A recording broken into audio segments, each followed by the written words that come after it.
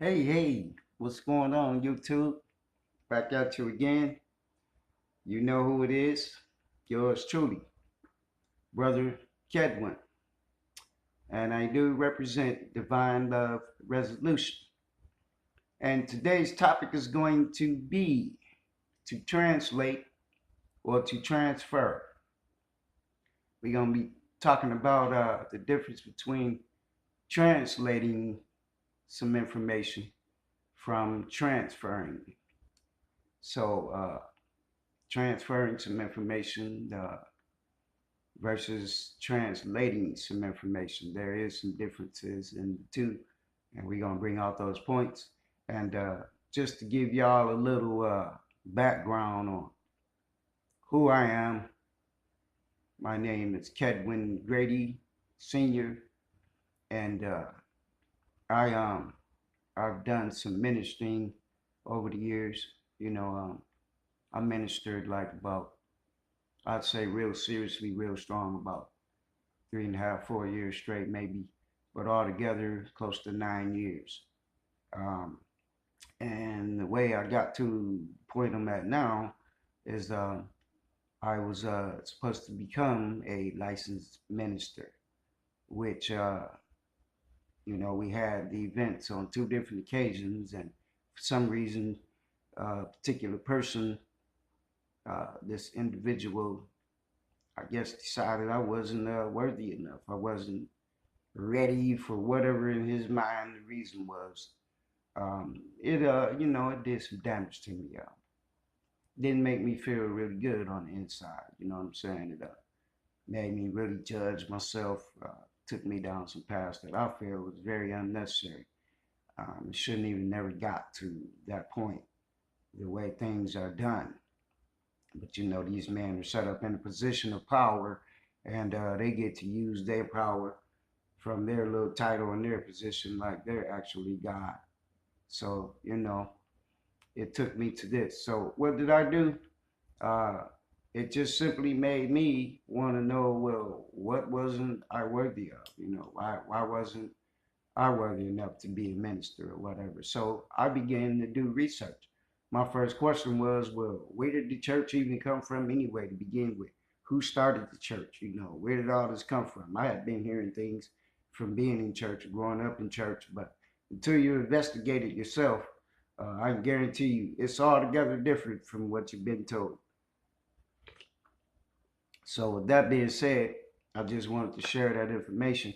And like I say, I'm known by most today as public enemy number one because I have changed my point of views on some of the things on how I believe, and you know, I don't feel the same as I did 3, 4 years ago. Um, okay, and I'm getting ready to share some of the information as to why I got to that. And today we're gonna be talking about translation. All of these different translations we got in the world today, all these different Bibles and whatnot, and they all saying different things. But we're going to start off today with sharing some of these definitions on these two. We're going to share the definitions on these two words, and we're going to share some synonyms and, you know, uh, different words on what it means, what direction the word takes us in. Okay, so we're going to start out with the definition of translate. And the definition of translate is to express the sense of words or text in another language. Example, express the German original has been translated into English. This is only an expression. The German original has been translated into English. Now, common sense says that we know all languages can be translated from one to another. From Chinese to English, from English to Chinese, you know, but whatever, whatever is translated, in my opinion, it should have the same text, same content and meaning, but they don't. But let's look at some synonyms on this word translate. And they are interpret, render, gloss, put, express, convert, change, construe, transcribe, transliterate. Now, um, what my point is on all of this now, like, okay, some of these synonyms: interpret, render, gloss, put, express, convert. Now let's focus in on this one right here: change. Okay, so if something changes, um it becomes different. You know, if it changed, it's different now. It's not the same. If it's been changed, it's not the same. You know. So my question is, like I said, how come all of the literature and all of the different religions do not say the same thing? They don't mean the same thing, and the texts they're not the same. So why is that? You know, what I mean, that question comes up. Why is that? And it is because religion is from the people who want to have control. Okay, we gonna really look into this thing today, and we gonna get to the bottom of it. I got some notes jotted down for y'all, and we gonna keep it moving here. Now we already shared the definition of translate. Now we gonna get off into the definition of transfer. Okay, so transfer, and I'm going to give you the definition of what it says. Move from one place to another. Then it gives you an example. I went to sleep on my couch before transferring it to my bedroom later tonight.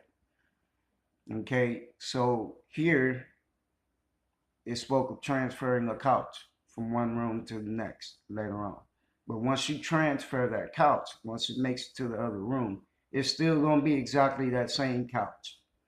Okay, now I'm going to give some synonyms on the word transfer, and those are going to be move, convoy, shift, remove, take, carry, fetch, relocate, and of course, there's a lot of them. I'm not going to share all of them.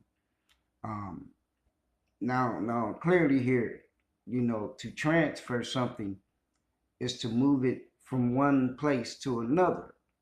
You know, but whatever is transferred, it stays the same. It's just in a different location. Okay, so when it comes to the literature on all these different religions, why are they all different? Why are they all so different, should I say?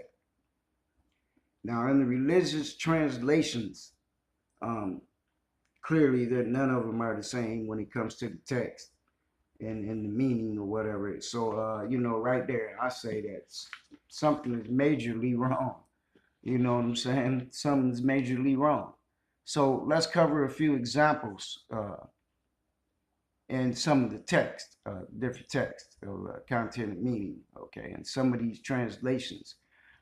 So we gonna get right off into it, like right in the story of Genesis, the first story in a lot of translations, in the Torah, King James version, the Quran, the Jehovah's Witnesses Bible, the Mormons, a few of them.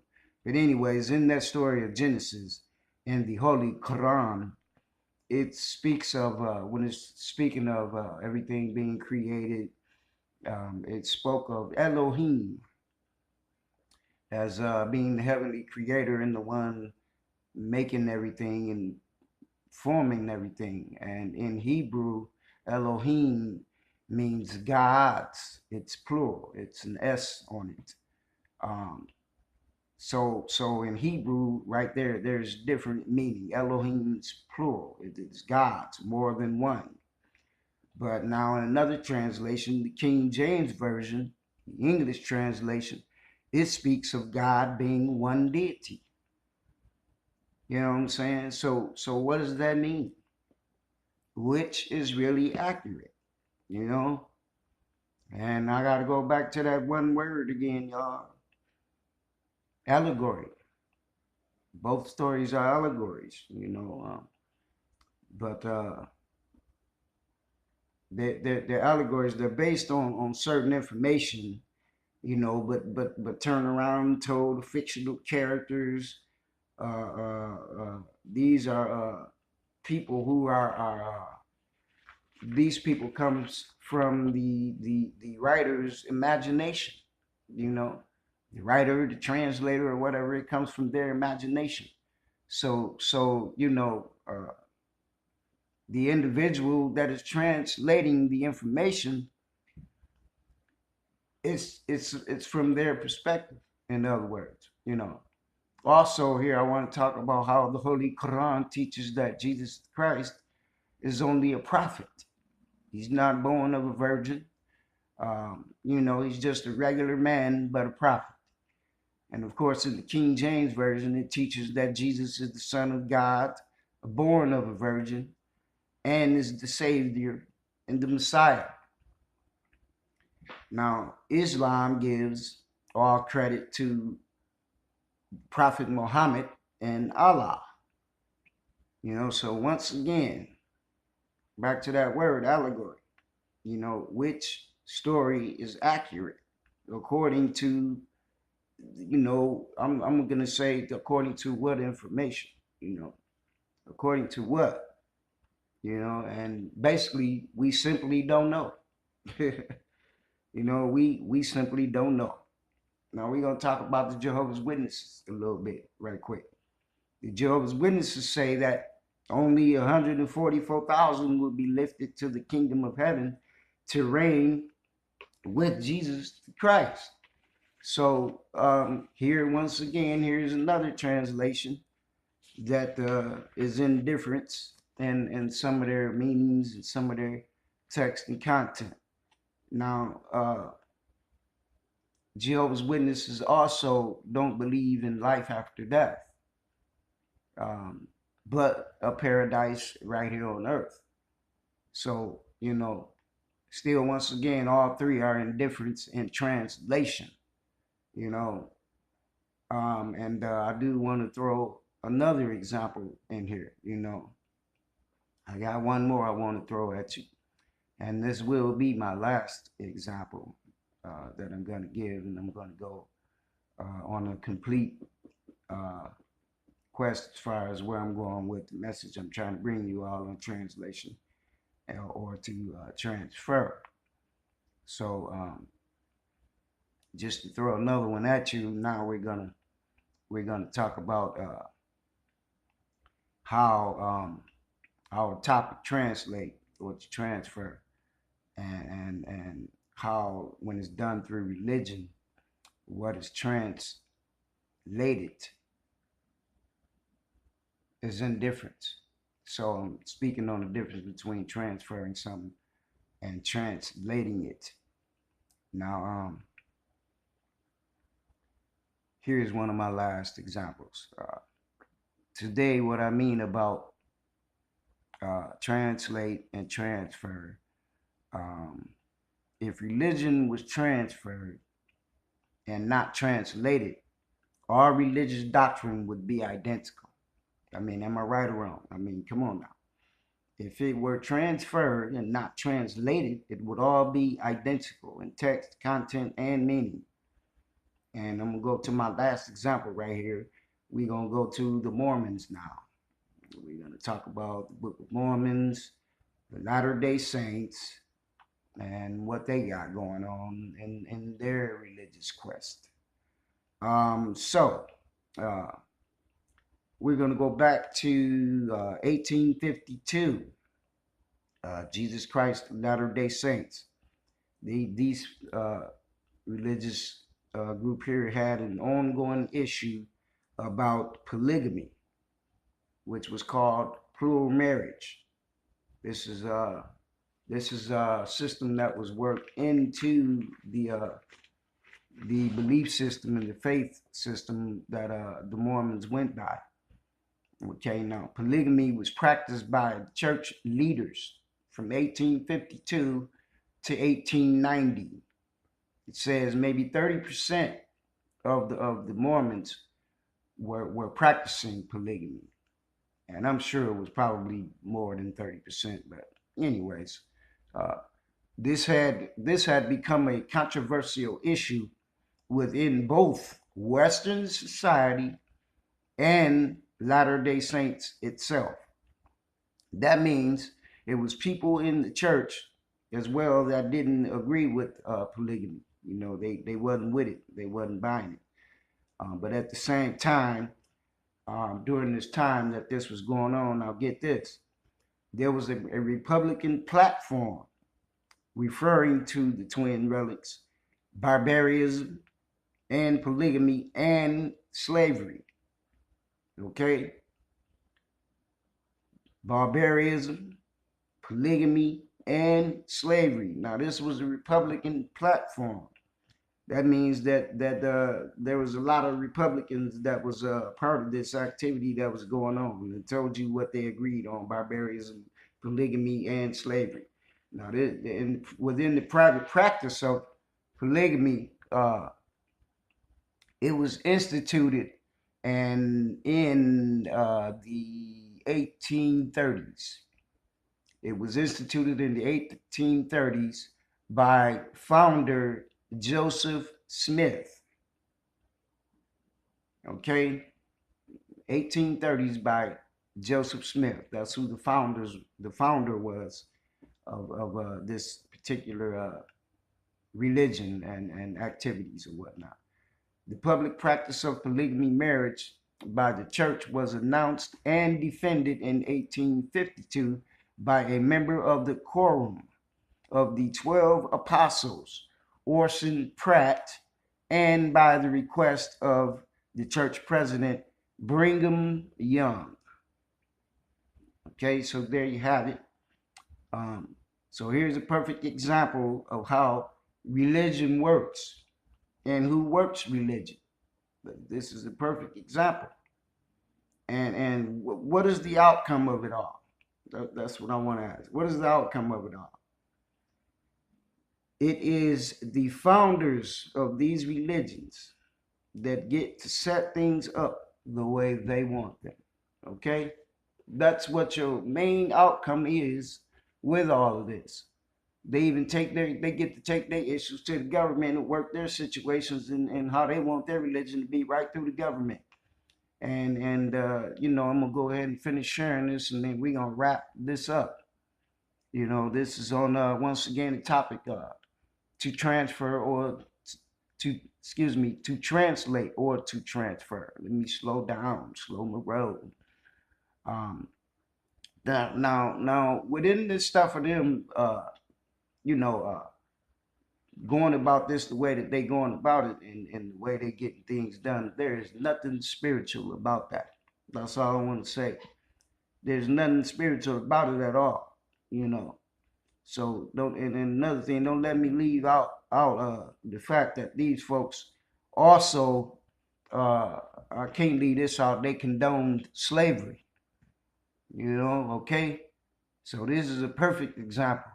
These same people who setting up their religions, same ones who, these folks here wanted to do, polygamy, and I done heard way more stuff than they was doing than polygamy. I'm talking about some pedophilia activity going on as well, right up in their church on the altar. Now I ain't got a witness and no information on that. That's a rumor that I've heard, so I want to throw that in there. But I'm just saying people condone slavery. You know what I'm saying? And these are the ones handling the translation. So right here, this is all I want to say is I want y'all to know that how powerful translation is. It is powerful. The situation of translation is powerful. The effect that it leaves on humanity, it is powerful. And so I'm saying, your mother, your father, your grandparents, your great grandparents, all of that, etc. They start staining your brain with this religious stuff from childhood. You know what I'm saying? And you spend your whole life endowed with misinformation, you know, to translate or to transfer, you know. And the description on this message today is and was there is a big difference. Okay? There is a big difference. Thought I turned my notifications off. But you know, I just wanted to come at y'all one more time and share that information with you all today on the topic of to transfer. Excuse me, I don't know why I keep saying that. To translate or to transfer. There is a big difference, but my main point was I wanted everybody to see how powerful the damage of translation can be. You know, the damage that it does, and the damage that it has done. So, on that note, uh, I hope everybody got something out of this message today. And once again, I am founder of Divine Love Resolution. And I hope everybody have a nice day today and a good night. Y'all come back now again, you hear? Be blessed in the quest.